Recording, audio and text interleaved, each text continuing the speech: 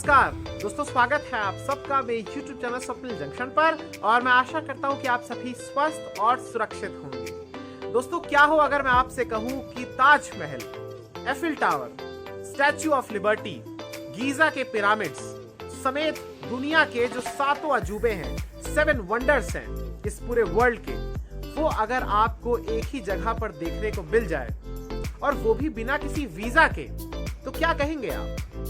आपको निश्चित तौर पर शौक जरूर लगा होगा और मुझे भी लगा जब मैंने देखा, क्योंकि आज सुबह जब मैं उठा था तो मैं सर्च कर रहा था, चूंकि आज मेरा ऑफ डे है, छुट्टी है मेरी, तो मैंने सोचा कि आज कहाँ जाया जाए, क्या देखा जाए। तो मैंने गूगल खोला और वहां पर चेक किया कि भाई क्या बचा हुआ है दिल्ली में जो एक अनोखी जगह हो, क्योंकि बहुत सारे ऐसे स्मारक या बहुत सारे ऐसे मॉन्यूमेंट्स हैं जो मैंने पर्सनली तौर पर भी देख लिए हैं और उनको कवर भी किया, उनका ब्लॉग भी बनाया है।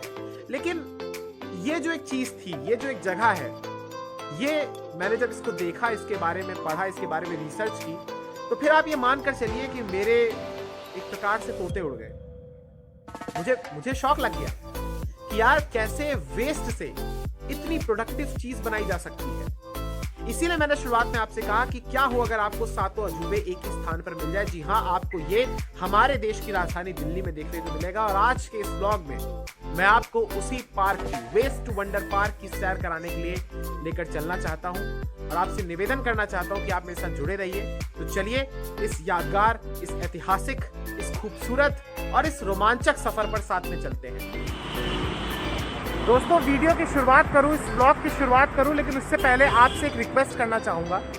देखिए, इस समय बोलना है मुझे, इसलिए मैं मास्क उतार रहा हूं, लेकिन ये रिक्वेस्ट ये है कि आप सभी जानते हैं कि कोरोना वायरस के एक नए स्ट्रेन ओमिक्रॉन के मामले हमारे देश में भी सामने आ चुके हैं। इसलिए अगर आप कहीं पर भी बाहर जा रहे हैं तो ज़रूर इस बात का ख्याल रखें कि आपने मास्क ज़रूर लगा कर रखना है और फिजिकल डिस्टेंसिंग का पालन ज़रूर करना है।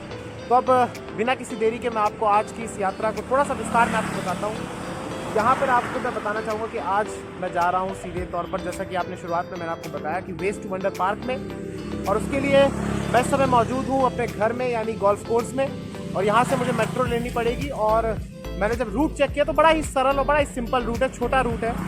यहाँ से मेरे को सबसे पहले गोल्फ कोर्स मेट्रो स्टेशन पर जाना है, फिर मयूर विहार फेस 1 वहाँ से मुझे चेंज करनी होगी और फिर नेक्स्ट स्टेशन ही सराय खाले खान होगा। तो सराय खाले खान जो दरअसल ये मेट्रो स्टेशन है, इसी के नज़दीक है। निज़ामुद्दीन एक्चुअली में दरअसल ये मेट्रो स्टेशन है और सराय खाले खान का वो पूरा इलाका है। और वहाँ पर राजीव गांधी स्मृति उपवन में दरअसल इस पूरे के पूरे पार्क को बनाया गया है। कुछ बेसिक जानकारी आपको मैं देना चाहूँगा।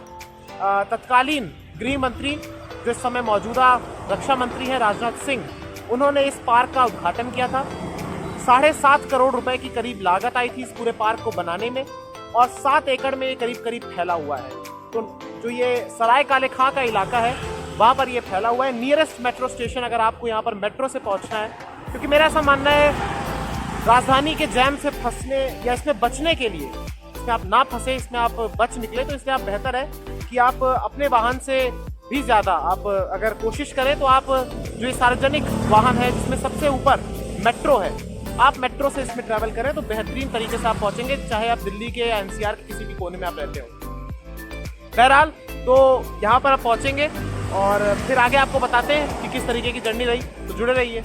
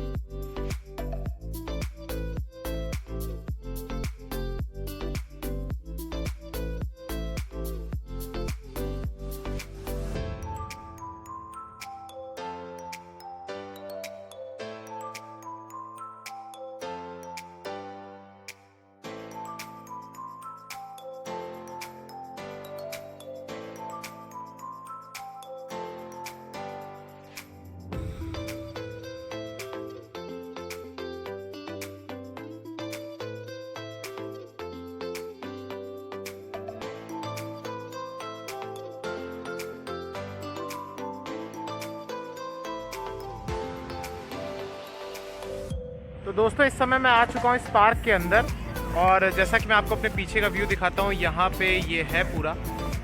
और आपने शुरुआत में इससे पहले देखा होगा कि इसका एंट्री गेट कैसा है। तो थोड़ी सी आपको मैं जानकारी देना चाहूँगा। यहाँ पर इसका जो टिकट है उसके प्राइसेस आप ध्यान से सुन लीजिए। जिनकी एज 12 साल से बड़ी है और 65 साल से कम है तो उनके लिए 50 रुपीज़ का चार्ज है ट्यूसडे टू सैटरडे। संडे को ये चार्ज दुगना हो जाएगा, यानी 100 रुपये हो जाएगा। और अगर मैं आपको बताऊँ तो जिनकी एज 3 से 12 साल के यानी जो छोटे बच्चे हैं उनका टिकट 25 रुपये है ट्यूसडे से सैटरडे, और संडे को वो दुगना हो जाएगा। 65 साल से ऊपर के जो वरिष्ठ नागरिक हैं और जो 3 साल से छोटे बच्चे हैं उनका टिकट फ्री होगा, उनका कोई भी मतलब प्रवेश नहीं होगा, तो टिकट नहीं होगा उनको। जो नगर निगम के स्कूल से उनका भी फ्री होगा, अन्य जो स्कूल से उनका टिकट लगेगा। बाकी मंडे को ये क्लोज रहता है और संडे को प्राइसेस दुगने हो जाते हैं। तो चलिए देखते हैं क्या है यहाँ पर, जुड़े रहिए।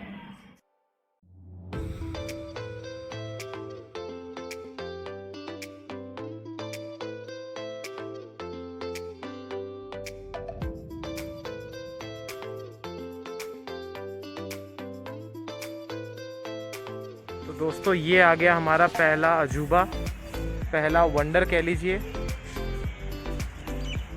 गीज़ा के पिरामिड। और ये एक बनाया गया है, देखिए पूरा वेस्ट जो मटेरियल होता है उससे इसको बनाया गया है, आप देख सकते हैं।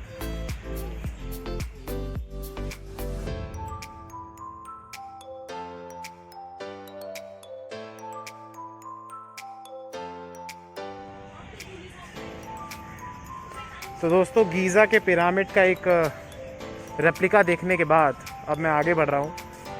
देखिए मैं सच्चाई बताऊँ, मुझे डिसअपॉइंट किया है, लेकिन अभी आगे देखते हैं क्या होता है। दूसरा अजूबा आ चुका है, बट यार यहाँ पर मैंने एक चीज़ देखी कि उसके आगे कोई आप कह सकते हैं इन्फॉर्मेशन का बोर्ड नहीं था, बट यहाँ पर कुछ दिख रहा है। लेट्स सी यहाँ पर क्या है। ओह दिस इज़ ब्यूटीफुल, ये देखिए।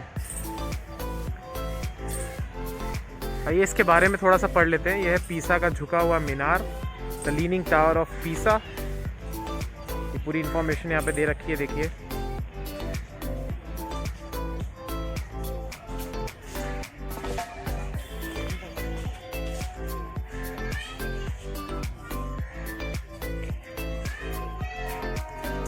तो ये है पीसा का टावर।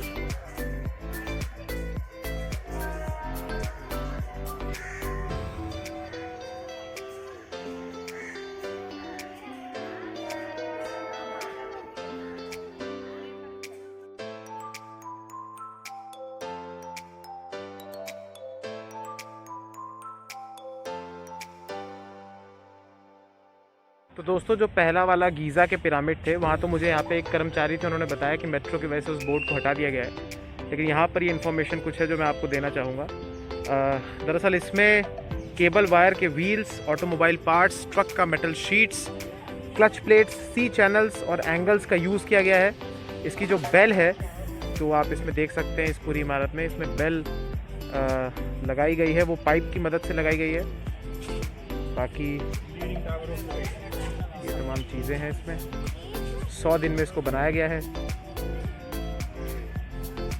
9 टन स्क्रैप इसमें यूज़ किया गया है।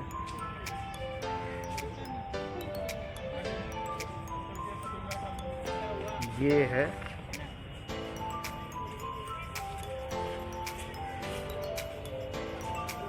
चलिए अब बढ़ते हैं अगली इमारत की तरफ, अगले वंडर की तरफ, अजूबे की तरफ।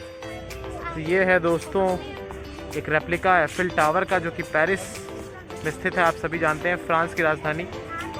ये है पूरा का पूरा स्ट्रक्चर, और अब यहाँ पर इसकी इंफॉर्मेशन है।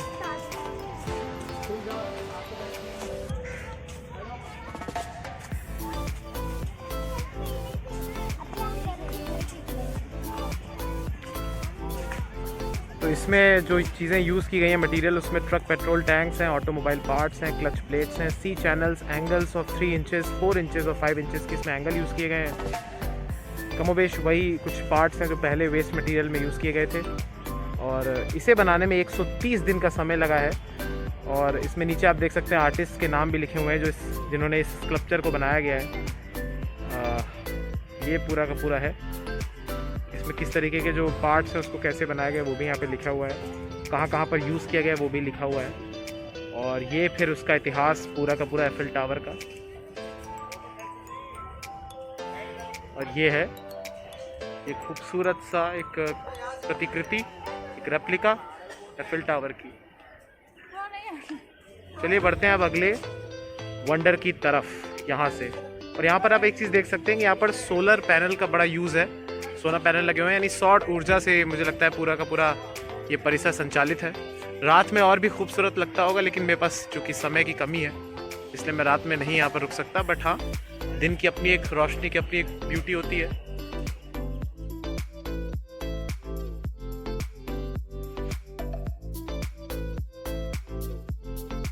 ये आ गया है कोलोसियम, जो कि रोम का कोलोसियम है। इसको भी बनाया गया है, देखिए बिल्कुल बहुत ही खूबसूरत। और यहाँ पर आप देख सकते हैं इसकी इन्फॉर्मेशन भी लिखी हुई है। यहाँ पर जो चीज़ें यूज़ की गई हैं मटेरियल, उसमें 162 प्लेयर्स हैं। स्क्रैप फ्रॉम चिल्ड्रंस पार्क, यानी जो झूले होते हैं बच्चों के पार्क के, वो इसमें लगे हुए हैं। वेस्ट ऑब्वियसली 410 इसमें कार के व्हील्स लगे हुए हैं हर एक पिलर में। प्लस इसमें gears, angles, square metal pipes भी लगे हैं। और साथ ही साथ इसमें electric poles, automobiles, spare parts, metal railings और मेटल बेंच भी लगी हुई है। इसे बनाने में करीब 100 दिन का वक्त लगा था, यहाँ पे लिखा हुआ है। और ये कहाँ कहाँ इसमें मटेरियल यूज़ हुए आप देख सकते हैं।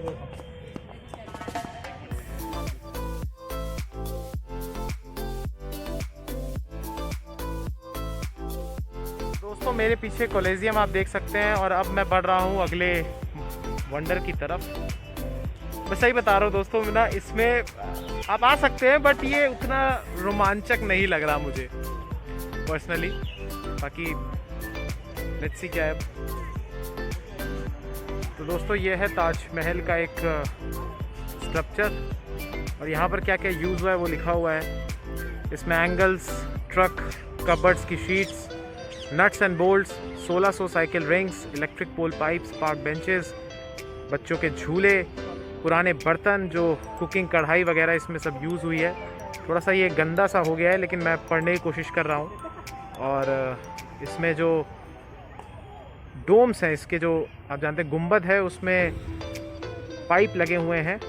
और जालीज़ यूज़ हुई हैं इसमें डोर्स और विंडोज़ बनाने के लिए।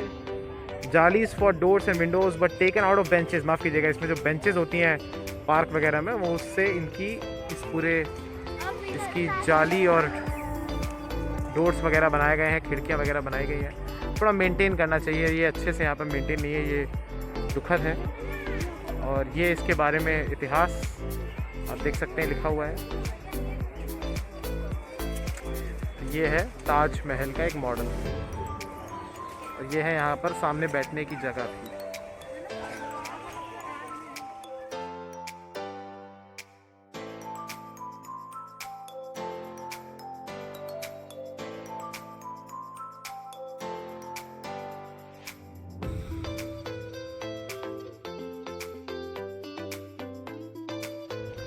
ये इसके बारे में यहाँ पे इंफॉर्मेशन लिखी हुई है।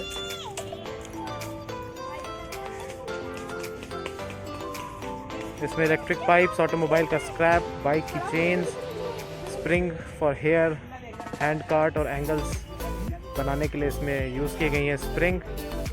और बाकी इसको बनाने में 130 दिन लगे हैं और 15 टन का इसमें स्क्रैप यूज़ हुआ है।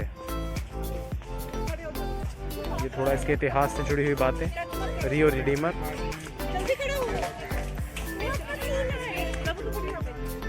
ये है रियो रिडीमर जो कि ब्राज़ील में है, एक और अजूबा।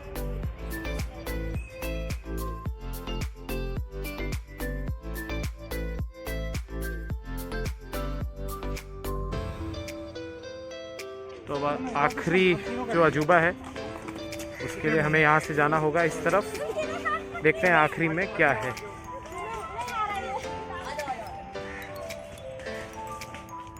तो जी ये आ गई आखिरी हमारे wonder, statue of liberty. Information अभी यहाँ पे पढ़ेंगे और ये इतिहास भी देखेंगे, लेकिन पहले आप देखिए कितना खूबसूरत बना हुआ है स्टैचू ऑफ लिबर्टी। अमेरिका में जो है, अमेरिका की पहचान है। चलिए अब यहाँ पर इन्फॉर्मेशन थोड़ी सी पढ़ लेते हैं। स्टैचू ऑफ लिबर्टी का ये एक आप जानते हैं कि रेप्लिका इसमें एंगल्स जो बनाए गए हैं वो रिक्शा से लिए गए हैं, देखिए लिखा हुआ है। और स्लाइड्स इसमें यूज़ की गई हैं जो बच्चों के पार्कों में होती हैं, झूले वगैरह। Tea stall, benches, hand cart और इलेक्ट्रिक मेटल वायर्स इसमें यूज़ की गई हैं। टॉर्च जिसकी इनके हाथ पर है वो दरअसल बाइक के रिम से बनी हुई है। मेटल शीट्स और साइकिल की चेन से बनी हुई है। इनके बाल साइकिल की चेन से बने हुए हैं। और इनके हाथ में जो किताब है वो पार्क की बेंचेस और मेटल की शीट से बनी हुई है। इसे बनाने में करीब 90 दिनों का वक्त लगा था और 4 टन स्क्रैप भी इसमें यूज़ हुआ था। तो ये बनाने में बड़ी मेहनत लगी है इसको। और ये स्टैचू ऑफ लिबर्टी का इतिहास, अमेरिका और फ्रांस के बीच एक संधि हुई थी, एक सहमति हुई थी, उसी का ये परिणाम था। और बाकी आप इसमें देख ही सकते हैं, ये इतिहास लिखा हुआ है। ये है यहाँ का आखिरी वंडर।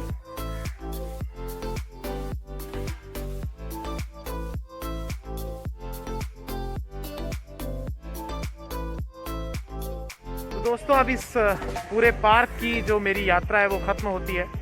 यहाँ पर देखा मैंने 7 अजूबे यहाँ पर मौजूद हैं। देखिए ओवरऑल एक्सपीरियंस अगर मैं रेटिंग्स की बात करूँ किस तरीके का रहा 10 में से आई विल गिव इट 6, क्योंकि मुझे नहीं लगता कि इससे ज़्यादा पॉइंट्स डिज़र्व करता है। ये जगह ठीक है, ग्रीनरी बहुत अच्छी है। जो एक मॉन्यूमेंट या एक जो वंडर बनाया गया है वो बड़ी मेहनत से बनाया गया है और बहुत ही खूबसूरत है। बट यहाँ पर आपको एक बोरियत महसूस होगी। हाँ, अगर आपने आना है तो आप टाइम स्पेंड करने के लिए आ सकते हैं, बहुत ही खाली हो तो आ सकते हैं।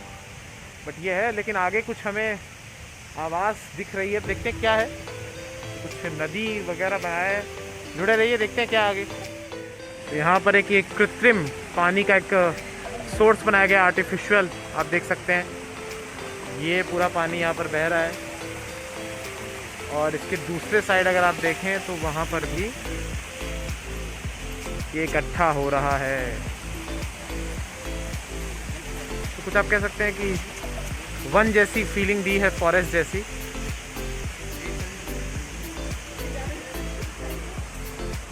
दोस्तों अब यहाँ से जाने का समय आ चुका है और अब हम जाएंगे अपने वापस घर की तरफ।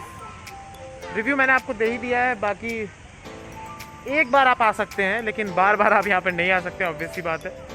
सो I am slightly disappointed also, but ठीक है, आप आ सकते हैं, फैमिली के साथ यहाँ पर विजिट कर सकते हैं।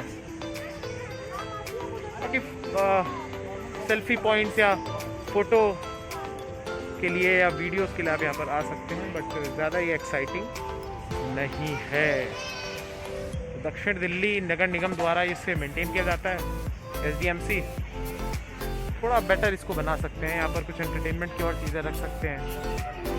बाकी ठीक है, यहाँ पर एक फूड कोर्ट भी है और वो भी मैं आपको शेयर करता हूँ उसके विजुअल्स, और फिर इस वीडियो का अंत करते हैं।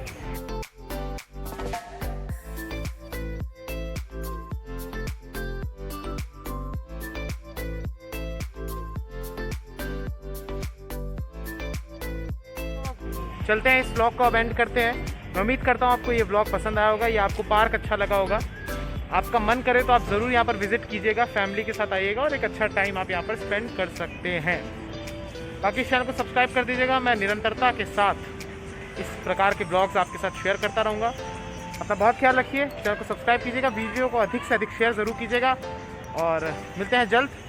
बहुत बहुत शुक्रिया, नमस्कार, जय हिंद, जय भारत, वंदे मातरम, इंकलाब जिंदाबाद, सत्यमेव जयते, जय हिंद, नमस्कार।